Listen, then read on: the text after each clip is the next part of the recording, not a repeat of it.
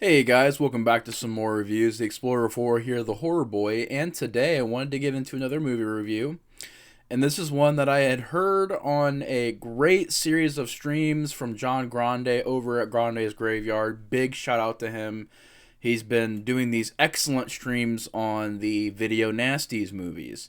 And actually got me so interested in the Video Nasty stuff that I ended up picking up some of the Video Nasty documentaries that were made right here. I actually picked up a couple of the documentaries. I don't know if they made any more, but I'm pretty sure these are the ones that are, at least from this documentary series, available, which is really cool. I mean, really neat stuff here. I love the poster art, 3 disc set. Seeing this part, loved it as a documentary. It was really interesting getting into it and finding out all of the background details about the Video Nasties list and why it was created and what was going on. Really fascinating stuff here. I did see part 1. I haven't gotten to part 2 yet, but it's also a 3 disc set. And I'm really interested in seeing how this continues, so I'll check that out eventually as well. So, big shout out to Grande's Graveyard because he got me really interested in visiting some of the Video Nasties movies, and this helped me on my journey. There's films like Absurd that I want to see. I started watching, what is that one? I think it's called The Grim Reaper, but there's another name for it, like Anthropophagus, I think is how you say it. I think it's called, like, AKA The Grim Reaper, and this one has a different title as well. But, of course, Cannibal Holocaust, Cannibal Ferox. But, yeah, these are really cool. So, if you're really interested in the Video Nasties movies, or anything with the Video Nasties, right here. Boom, boom, dirt cheap, real cheap DVDs, really cool stuff. But today we're talking about The Cannibal Man. I believe the alternate title is The Week of the Killer. And, yeah, this is a movie that I didn't hear anything about other than John Grande talking about it. I had seen the poster here and there and had heard him bring it up a couple times, and I was like, you know what? I'll give it a go. There's that infamous poster of the movie where the guy has the meat cleaver in his face. I do remember seeing that poster a lot. And I gotta say, I thoroughly enjoyed this movie. This is easily one of my new favorite horror films from the 1970s. And I don't know if it gets talked about a lot. I know it's been getting it's always gotten really kind of bad reviews. The very few reviews I did look up about this movie, people really weren't into it that much, which is really a shame because I feel like this movie is a bit underappreciated, and I thought it was very well directed and very well done for a low budget. This is 1972 low budget. The director, I'm going to try and pronounce his name, Eloy de la Iglesia. I probably did not say that right, and I apologize if I mispronounced that. But I know he did stuff other than this. I think he did like one other horror film, at least. He may have done more. But he did the El Pico series, which I did hear about and am curious on checking those out. Those are kind of infamous movies. Sorry for my PlayStation there, but the El Pico movies, Murder in a Blue World, directed that. Well, he wrote that. I'm pretty sure he directed it as well. But he might have... No One Heard the Scream. I think that's another horror film. But the cool thing about this director, if there's anybody out there that's a big fan of this director, they have on Shudder, a portion of Shudder that's a lot of his films. And so you can go there, you can watch El Pico there, you can watch this there, you can watch his other horror film there, or other horror films. Maybe he's made more than one horror film after this. But yeah, The Cannibal Man is a very simple story. You have a meat factory worker. He's working in the grindhouse, the slaughterhouse, not the grindhouse. Well, yeah, slaughterhouse. There we go. He's working in the slaughterhouse, and he has his girlfriend, and he's living a real rough life. Doesn't have a lot of money. There's the apartment complexes that are being built near him, and eventually he knows that he's going to have to move out, and basically him and his girlfriend are kind of struggling. And one night, They're making out in the back of his taxi, and the taxi driver had enough, gets out, starts slapping the lady, beating up the guy, and the lead actor, Marcos, ends up killing this taxi driver by accident with a rock to the head. And after that, he begins to have this fear, this anxiety of, I don't want to go to jail. I don't want to be responsible for this. Whatever I got to do to avoid the consequences, what I'm going to do. And from there on, I mean, his girlfriend talks about taking it to the police, and he murders her. Her father shows up and talks about going to the police. He murders her father. And basically, this character ends up spiraling down this dark rabbit hole of murder and just trying to cover up this blood trail as much as he can. And there are moments where the character Marcos does seem like a decent person, but at the back of your mind, you know he's a murderous psychopath. And the whole movie is him dealing with this anxiety and this fear of being caught. And so he just keeps killing people to try to cover up his blood trail, trying to keep the police away. And I just thought that was such an interesting story. A story that, because, you know, there's the Henry Portrait of a Serial Killer films. There's the Maniac type of movies. There's movies where these killers are just killing because they enjoy it and they just want to keep doing it. I've never seen a movie like this before. At least that I can remember, where a killer is just trying to cover up this stuff. So he's just going to keep killing until he gets everything covered up. And I thought that was a really interesting story. And I thought the acting wasn't half bad in the movie. Now the dubbing, we'll talk about the dubbing. The dubbing was pretty cringe at times. But the character Marcos did a good job at showcasing the nervousness, the constant watching over his shoulder, constantly wondering, okay, that person said they smelled something. What's going on with that? Like, he's always, you know, nervous. And I thought the actor did a great job with that.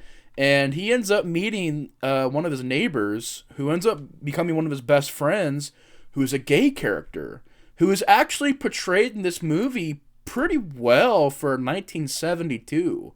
Because you gotta think, back in this time, there were gay characters in movies and stuff, but they were always over-exaggerated and done pretty offensively. But in this movie, it's done, for the most part, pretty well. I mean, it's an interesting thing where the gay character is trying to, he's wondering, maybe Marcos, does he want to be friends or more than friends? They walk that rope, you know, and you're not sure if Marcos is wanting to be more than friends. It's a really interesting thing going on in the movie, and you find out that this character, this gay character, has sort of known about the murders the whole time at the end of the movie, and is telling Marcos, like, hey, you can't hide this forever. You've got to eventually deal with this problem. And Marcos ends up realizing that he can't hide forever, that he can't keep this a secret anymore. And you get the idea the movie's ending is him basically giving himself in, calling the cops. And I know this film was heavily edited when it came out. I mean, it was edited later on too, when it became a video nasty. And I know it went through several different versions. There's different endings, I believe. That's what I heard. I think there's some different endings there. And the ending is a bit weird. It's like you're wondering, okay, so does this other character, does he know for sure he was murdering people? Or does he just sort of say this as in, you can't keep this secret anymore? But how does he mean that? Does he mean it as in this guy's, you know, sexuality? Or is it the murders? You're not really sure. Although I'm pretty sure he gathered something when Marcos has a piece of glass to the guy's throat about to slice it. He probably knew then that, you know, hey, this guy is crazy. But yeah, real interesting story to it. And I think the location and what surprised me, the use of the location, the way that it was shot and filmed.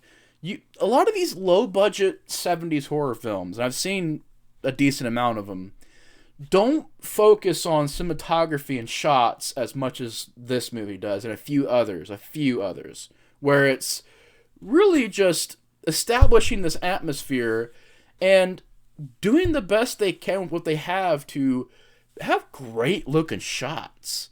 And there's a sequence where Marcos is at the pool, and the way that scene is shot is just, it's really well lit and well done.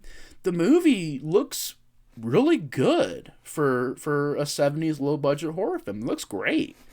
I do think the director did a great job at directing this film and giving it a good look, and cinematography was on point, and it just looks good. I know the director after this would struggle a lot. He was dealing with heroin, which I believe El Pico is about heroin and everything and drugs.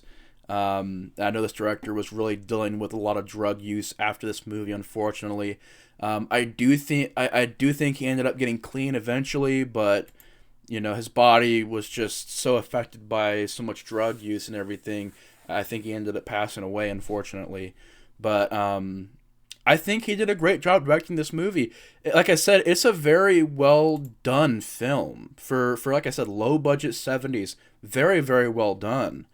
I dig the characters. I think they're all kind of unique and different. I think the lead character, Marcos, is an interesting character where he's not like, there's times where maybe you could see on his face like maybe he gets a little bit of enjoyment out of the kills, but just the idea of him he's just trying to cover up his tracks, and just thought that was a really interesting part of the story.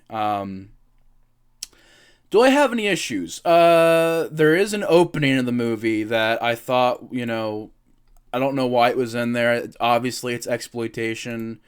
I've talked about before that, I don't support them filming animals being killed and putting it in the films. And here it looked very real. I'm pretty sure it was real footage of cows being killed in the slaughterhouse. In the very opening of the movie, the very first thing you see is cows being killed in the slaughterhouse, which, this was a time where that was exploitation. Let's put that in there. Add that realism. Do I agree with it? No, but it is in there, unfortunately, and I wish it wasn't. A couple of the characters are, not even a couple, most of the characters, besides the leads, are kind of idiots, and I don't know, they just, very dumb decision making. There's times where characters are like, oh, I'm gonna go in here and do this. It's like, you just wander into somebody's house, like, and you're just gonna start, do whatever I want. It's like, what the fuck? I don't know. There was some dumb decisions by the characters. The characters are not the smartest in this movie. Other than that, though, I don't think there's really any other problem I have with the film. I think it's got some decent kills. Yeah, you could say the effects, but I don't care. I love bad effects. I love the bright red blood, the paint blood. I love that.